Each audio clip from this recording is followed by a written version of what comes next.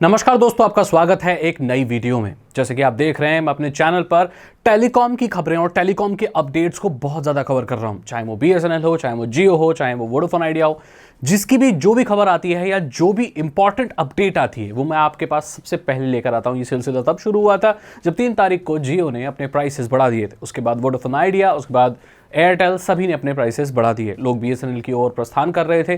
BSNL अभी इतनी capable नहीं है कि इतने सारे लोगों को हैंडल कर पाए। तो अंधकार भरा समय या एक बुरा समय जो आप कह सकते हैं वो शायद फ्यूचर में आ सकता है इंटरनेट का। जानते हैं वो कैसे। अभी सबसे पहले अपडेट बीएसएनएल का ये है लेटेस्ट कि उन्होंने 2300 कुछ रुपए का एक प्लान निकाल दिया है जो कि पूरे साल चलेगा या उससे ज़्यादा भी चलेगा। 2 GB पर डे के हिसाब से मिलेगा। और ऐसे ऐसे प्लान हैं साल भर के जिसमें आपको 200 रुपये से भी कम पड़ेगा महीने का, जिसे आप रिचार्ज करा सकते हैं और अपना इंटरनेट इस्तेमाल कर सकते हैं। 1515 रुपये का प्लान भी है जिसमें पूरे 1 साल की वैलिडिटी मिलेगी और डेटा भी मिलेगा बहुत सारा, 2 GB पर दिन के हिसाब से मिलेगा, लेकिन कॉलिंग बेनिफिट कुछ भी नहीं मिलेंगे। तो इस तरीके के बीएसएनएल के सर्कल टू सर्कल बेस्ड अलग अलग प्लान्स हैं। कुछ सर्कल में चलते हैं, कुछ दूसरे सर्कल में चलते हैं, लेकिन प्राइसेस लगभग कम ही हैं और सिमिलर ही हैं। लेकिन सवाल ये उठता है कि सभी लोग अगर बीएसएनएल में पोर्ट कर लेंगे तो क्या इस प्रॉब्लम का सॉल्यूशन निकल जाएगा? बिल्कुल नहीं दोस्तों। आपको मालूम है जियो की ये जो बुरी हालत हुई है वो क्यों हुई है? जियो की बुरी हालत इसीलिए हुई है। अब मैं बुरी हालत से मेरा मतलब प्राइस बढ़ाना नहीं, सर्विस की क्वालिटी खराब है। अब मैंने अपने ट्विटर पे कंप्लेन किया था, एक्स पे कंप्लेन किया था कि भाई मेरे को स्पीड नहीं आती। जियो के लोगों को किया, उन्होंने उसका संज्ञान लिया और बोला हम फिक्स कर देंगे। उन्होंने डीएम में मेरा नंबर मांगा, मेरा एड्रेस मांगा और यहाँ की लोकल टीम को फॉरवर्ड कर दिया। मेरे पास कॉल आती है कि आपको कहाँ पर आप लोकेशन बता सकते हैं, कहाँ पर आपको नेटवर्क नहीं आते। मैंने अपनी लोकेशन बता दी और उसके बाद उन्होंने बोला ठीक है हम देखते हैं। उसके बाद मेरे पास मैसेज आ गया कि हमने इन्वेस्टिगेशन की और आपकी लोकेशन पे कोई भी प्रॉब्लम नहीं है, हमारा तो सब कुछ सही चल रहा है। मैंने बोला यार ठीक है, मेरे ही फ़ोन में प्रॉब्लम होगी। मैं अपने गाँव में आसपास घूमा, सभी लोगों के फ़ोन में चेक किया, किसी को भी 5G की स्पीड नहीं आ रही। ये लोग सिर्फ पागल बना रहे हैं और यहाँ की लोकल टीम तो काम करने को तैयार ही नहीं है। वो कुछ नहीं करते, मतलब वो सिर्फ मेरे हिसाब से वो टावर भी विजिट करने नहीं आए होंगे। उन्होंने ऐसे ही बोल दिया हमारा सब सही चल रहा है। तुम्हारा सब सही चल रहा है तो क्या हम जितने भी गांव के लोग हैं या जितने भी आसपास के लोग हैं सबके मोबाइल फ़ोन खराब है? एक का खराब हो सकता है, 10 का खराब हो सकता है, 100, सब लोगों का खराब है, मतलब किसी को नहीं आ रही। तो भाई स्पीड तो नहीं आ रही, सर्विस खराब है। अब इसके पीछे वजह क्या? अब देखो, मैं अपने वेरीफाइड अकाउंट से ट्वीट करके कंप्लेन कर रहा हूँ तो इस तरह के काम हो रहे हैं, कोई कार्रवाई नहीं हो रही। एक नॉर्मल इंसान अगर कंप्लेन करेगा तो आपको लगता है कि उसे एक आदमी के लिए ये लोग टावर वगैरह ठीक करेंगे? मुझे तो नहीं लगता। कॉल करना भी सही नहीं समझेंगे ये लोग। तो आखिरकार ये सिचुएशन आई कैसे? ये सिचुएशन ऐसे आई कि लोग बहुत ज़्यादा हैं लेकिन मशीनें उतनी नहीं हैं, सर्विस क्वालिटी वैसी नहीं है।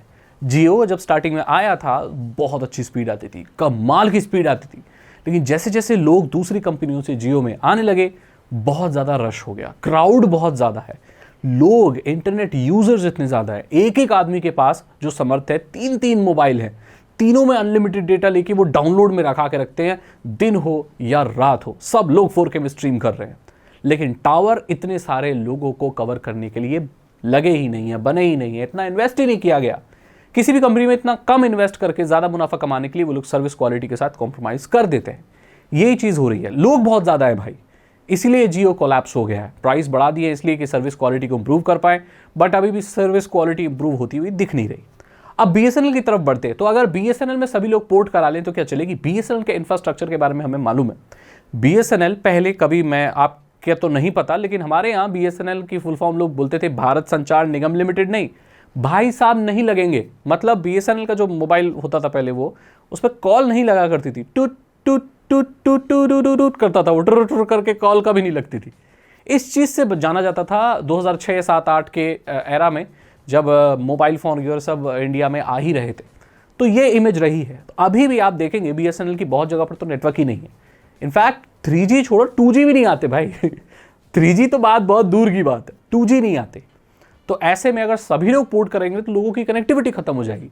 कोई ऐसी जगह जाएगा नेटवर्क नहीं आता तो भाई उससे तो आप बात ही नहीं कर सकते क्योंकि वहाँ नेटवर्क नहीं आते। तो ये बिल्कुल एक सही समाधान ही नहीं है कि सभी लोग बीएसएनएल में पोर्ट कर लें। बीएसएनएल तो जियो से भी ज़्यादा गाय गुजरा हो जाएगा अगर सभी लोग उस पर पोर्ट कर लेंगे। उनके इंफ्रास्ट्रक्चर ऐसे हैं ही नहीं।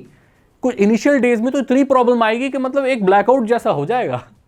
लेकिन हाँ, अगर आप कुछ लोग अगर पोर्ट करेंगे तो बाकी सारी जो कंपनियां हैं वो रेट बढ़ा देंगी, मतलब घटा देंगी, क्योंकि उनको लगेगा यार हमारे कस्टमर जा रहे हैं। सर मैंने आपको बताया था कि इंडिया में हमें और टेलीकॉम ऑपरेटर्स की ज़रूरत है। सिर्फ मुख्य तौर पर 3 ही बच गए हैं मेन प्लेयर्स, और दोस्तों उसमें से एक और खत्म होने वाला है। जी हाँ, मैं बात कर रहा हूँ वोडाफोन आइडिया की, इकलौते नेटवर्क ऑपरेटर की जो अभी भी रात में आपको 12 बजे से सुबह 6 बजे तक अनलिमिटेड प्रोवाइड करता है। वोडाफोन आइडिया, वोडाफोन और आइडिया मर्ज होकर बना था, और उस समय इनकी मार्केट जो थी वो 34% की मार्केट थी, लेकिन अभी वो बहुत 19% हो गई है, बहुत कम हो गई है। और प्रॉब्लम ये हो रही है कि वोडाफोन आइडिया ने सरकार से 2016 के वक्त पे जब 4G आया था, सभी ने लिया था, वोडाफोन आइडिया भी 4G है, तो इन्होंने कुछ रियायत ली थी, कुछ कंपनसेशन ली थी कि भाई हमें थोड़ा सा जो सरकार को पे करना होता है स्पेक्ट्रम की नीलामी के बाद पैसा, भाई उसमें थोड़ी रियायत दे दो, हम छोटी कंपनी है, खत्म हो जाएंगी, ये है वो है जो भी है, तो सरकार ने उनको रियायत दी थी। वो रियायत अब खत्म हो रही है, तो इसका मतलब 24,700 कुछ करोड़ रुपए जो अब कर्ज है वोडाफोन आइडिया पे जो उन्हें सरकार को चुकाना है, लेकिन इतनी प्रॉफिट हो नहीं रहा है, और सरकार से वो लोग फिर से याचिका लगा रहे हैं, भाई बोल रहे हैं कि प्लीज़ हमारा थोड़ा पैसा माफ़ कर दो। तो अगर सरकार इसको रियायत दे देती है तो ये कंपनी सर्वाइव कर पाएगी, लेकिन अगर ऐसा ही रहा, सब्सक्राइबर बेस इतना कम ही रहा और सरकार की तरफ से कोई रियायत नहीं मिली, तो मुझे ये बहुत दुख के साथ कहना पड़ रहा है कि शायद ये कंपनी भी ख़त्म हो जाएगी। तो मार्केट में रह जाएंगी सिर्फ 2 कंपनियाँ, यानी कि जियो और एयरटेल। एयरटेल भी देखो सर्वाइव कर ही रही है, लेकिन अब वो मज़ा नहीं है एयरटेल का जो पहले हुआ करता था, क्योंकि ज़्यादातर लोग जियो में चले गए। तो वो वक्त दूर नहीं है जब इंडिया में सिर्फ एक ही प्राइवेट ऑपरेटर होगा, और ये बहुत खतरनाक बात है। ये लोग कुछ भी पैसा चार्ज करेंगे, कुछ भी करेंगे, और ये सही बात नहीं है, क्योंकि उनके कंपटीशन में कोई भी नहीं रहेगा। तो ये बहुत बुरी बात, बहुत बुरी बात है ये। तो इसीलिए हमें और ज़्यादा कंपनियाँ चाहिए। यहाँ तो और कंपनियाँ ख़त्म हो रही हैं, हमें तो और ज़्यादा कंपनियाँ चाहिए, ताकि फेयर कंपटीशन हो सके, सब एक से बढ़कर एक प्लान ला सके। जब एक ही रहेगा तो वो जो प्लान लाएगा लोगों को रिचार्ज ही करना पड़ेगा ना, महंगा इंटरनेट तो महंगा इंटरनेट। अब ऐसा नहीं है कि सारी बुरी खबरें ही हैं बीएसएनएल को लेकर, बीएसएनएल को लेकर अच्छी खबर भी है। आपको पता होगा बीएसएनएल ने कॉन्ट्रैक्ट दिया है टाटा की टीसीएस को। अब टाटा अच्छा काम करता है, आपको पता है, तो उन लोगों ने कॉन्ट्रैक्ट दिया है 15,000 करोड़ का 4G और 5G इंप्लीमेंटेशन में। इसका मतलब है जैसे ही बीएसएनएल का 4G आता है, चूंकि आना शुरू हो गया है, उसको 5G में बहुत ईजिली कन्वर्ट किया जा सकेगा, क्योंकि 4G एंड 5G लगभग सिमिलर टेक्नोलॉजीज पर काम करते हैं। 3G थोड़ा सा अलग हो जाती है, उसके लिए पूरे नए इक्विपमेंट वगैरह लगाने पड़ते हैं, बट 4G और 5G लगभग सिमिलर टेक्नोलॉजी में होते हैं और इनको इजीली अपग्रेड किया जा सकता है। सो वैसी टेक्नोलॉजी पर काम हो रहा है बीएसएनएल में। तो 4G अगर आ जाएगा तो आपको 5G आने में ज़्यादा वक्त नहीं लगेगा बीएसएनएल में भी। अगर आप ये सोच रहे होंगे कि इतने सालों में तो 4G नहीं आया बीएसएनएल में, अब जाके आया है तो 5G तो हम लोग बूढ़े हो जाएंगे, ऐसा नहीं होने वाला है। 4G बहुत ईजिली अपग्रेड हो जाएगा और टाटा इसमें पूरी मदद करेगा बीएसएनएल की। पता है कुल मिलाकर सबसे बड़ी प्रॉब्लम यहाँ पर क्या है? सबसे बड़ी प्रॉब्लम ये है, लोग बहुत ज़्यादा हैं, इंटरनेट यूजर्स बहुत ज़्यादा हैं। तो क्या होगा, यहाँ पर कोई भी ऐसी कंपनी आती है, मैंने ये क्यों कहा था कि ज़्यादा कंपनियाँ होनी चाहिए, इसके पीछे एक बहुत डीप रीज़न है, वो मैं आज आपको समझाने वाला हूँ। ये बहुत इंपॉर्टेंट है, ध्यान से सुनना। देखो, जब ज़्यादा लोग किसी एक ही जगह आ जाते हैं तो वो एरिया क्राउडेड हो जाता है।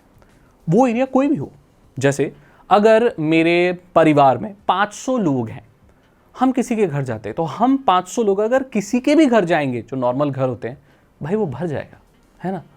तो हमें क्या करना होगा, हमें बहुत सारे रिलेटिव के यहाँ जाना होगा, 5-5 लोग करके जाएं तो किसी का घर नहीं भरेगा। प्रॉब्लम यही है कि यहाँ पर हमारे पास कंपनियाँ बहुत कम हैं, लेकिन हमारी जनसंख्या बहुत ज़्यादा है और मोबाइल फ़ोन हम लोग जम के इस्तेमाल करते हैं। हमारे यहाँ पर लोगों के यहाँ पर कोई बेसिक नेसेसिटी हो या ना हो, अच्छा खाएं पिए ना वो ना हो, लेकिन लड़कों के हाथ में जो बाहर घूमते हैं ना, वो बाहर घूमने वाले लड़के, उनके हाथ में 2 मोबाइल मिलेंगे आपको। पढ़ाई में पैसा खर्च ना करें कोई बात नहीं, मौज में पैसा खर्च होना चाहिए भाई, ठीक है। किताबें ना आए, मोबाइल अच्छा चाहिए। यंगस्टर्स का यही होता है, और सब लोग आजकल मोबाइल में, बड़े लोग भी आजकल फेसबुक में लगे हुए हैं। तो मोबाइल एक सबसे इंपॉर्टेंट है भाई, मोबाइल के बिना ज़िंदगी नहीं कटती है। तो मोबाइल बहुत ज़्यादा है, बहुत ज़्यादा लोग, जनसंख्या हमारी सबसे ज़्यादा, मोबाइल बहुत ज़्यादा, लेकिन टेलीकॉम ऑपरेटर्स बहुत कम। अब एक कंपनी की भी कोई लिमिट होती है ना, वो तो प्रॉफिट बढ़ाने के लिए कम से कम इन्वेस्ट करेगी, मतलब कम से कम पैसा लगाएगी जिससे ज़्यादा से ज़्यादा रेवेन्यू कमा सके। तो ये इसलिए मैंने कहा, जब बहुत सारी कंपनियां होंगी तो ये लोग, और अच्छे अच्छे प्लान देंगी, तो ये जो बहुत सारे लोग हैं इंडिया के, इनको तो कम नहीं कर सकते ना, ऐसा थोड़ी कर सकते जनसंख्या कम कर दो तब हमारा नेटवर्क अच्छा चलेगा। बोले मैं सोल्यूशन बताता हूं आपको, सागर भाई आए, डॉक्टर सागर बताएंगे आपको कि हम पॉपुलेशन को ही कम करते हैं जिससे कि हमारा नेटवर्क अच्छा चले। ये तो कोई पागल इंसान ही बात कर सकता है। या बोले ऐसा करते हैं कि इंडिया के लोगों को ना अलग अलग देशों में भेज देते हैं ताकि लोग कम हो जाएंगे और अपना कंजेशन कम हो जाएगा, इंटरनेट बढ़िया चलेगा। It's not possible. तो इसीलिए बहुत ज़्यादा कंपनियां जब होंगी तो लोग अलग अलग कंपनियों में डिस्ट्रीब्यूट होंगे और जो सर्विस क्वालिटी इंप्रूव होगी। आप कोई भी कंपनी ले आओ, अगर बीएसएनएल भी आगे आती है या कोई और भी आती है जो उससे भी बढ़िया प्लान देती है, मान के चलो यार इंडिया में एक ऐसी कंपनी आ गई जो बोल रही है आप महीने में 5 रुपए दो, अनलिमिटेड सब कुछ, कॉलिंग वॉलिंग अनलिमिटेड भाई, 5 रुपए में। आपको क्या लगता है वो कंपनी सर्वाइव करेगी?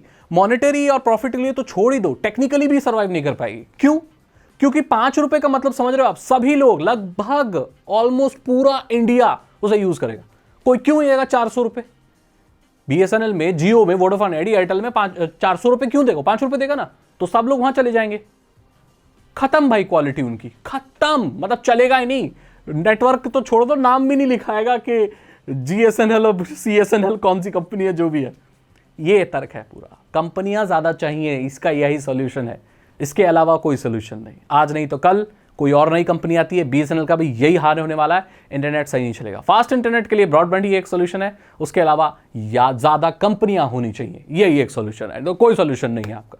ठीक है, अगर आपको ये वीडियो अच्छी लगी तो लाइक करें, अपने दोस्तों के साथ शेयर करो। काफी बड़ी वीडियो हो गई होगी, लेकिन यहाँ पर जो इंपॉर्टेंट चीजें हैं टेलीकॉम की दुनिया से वो मैंने आपको बताई, ये मैटर करती है लोगों की जिंदगी में, क्योंकि प्लान बहुत महंगे हो रहे हैं, इतना कि लोग अब शायद अफोर्ड नहीं कर पा रहे हैं। बहुत दिक्कत हो रही है, मैं जानता हूँ मेरे आसपास जो लोग रहते हैं वो इतने अमीर लोग नहीं हैं, काफ़ी परेशानी हो रही है उन लोगों को। तो आपको ये वीडियो अच्छी लगी हो तो लाइक करें, दोस्तों के साथ शेयर करें। साइबर सिक्योरिटी में इंटरेस्ट है तो डिस्क्रिप्शन चेक करें। आप वीडियो देख लेते हैं, सब्सक्राइब नहीं करते, आप सब्सक्राइब करें, क्योंकि ऐसी इंपॉर्टेंट वीडियोस मैं लेकर आता रहता हूँ। मैं मिलता हूँ आपसे अगली वीडियो में। Thank you so much and good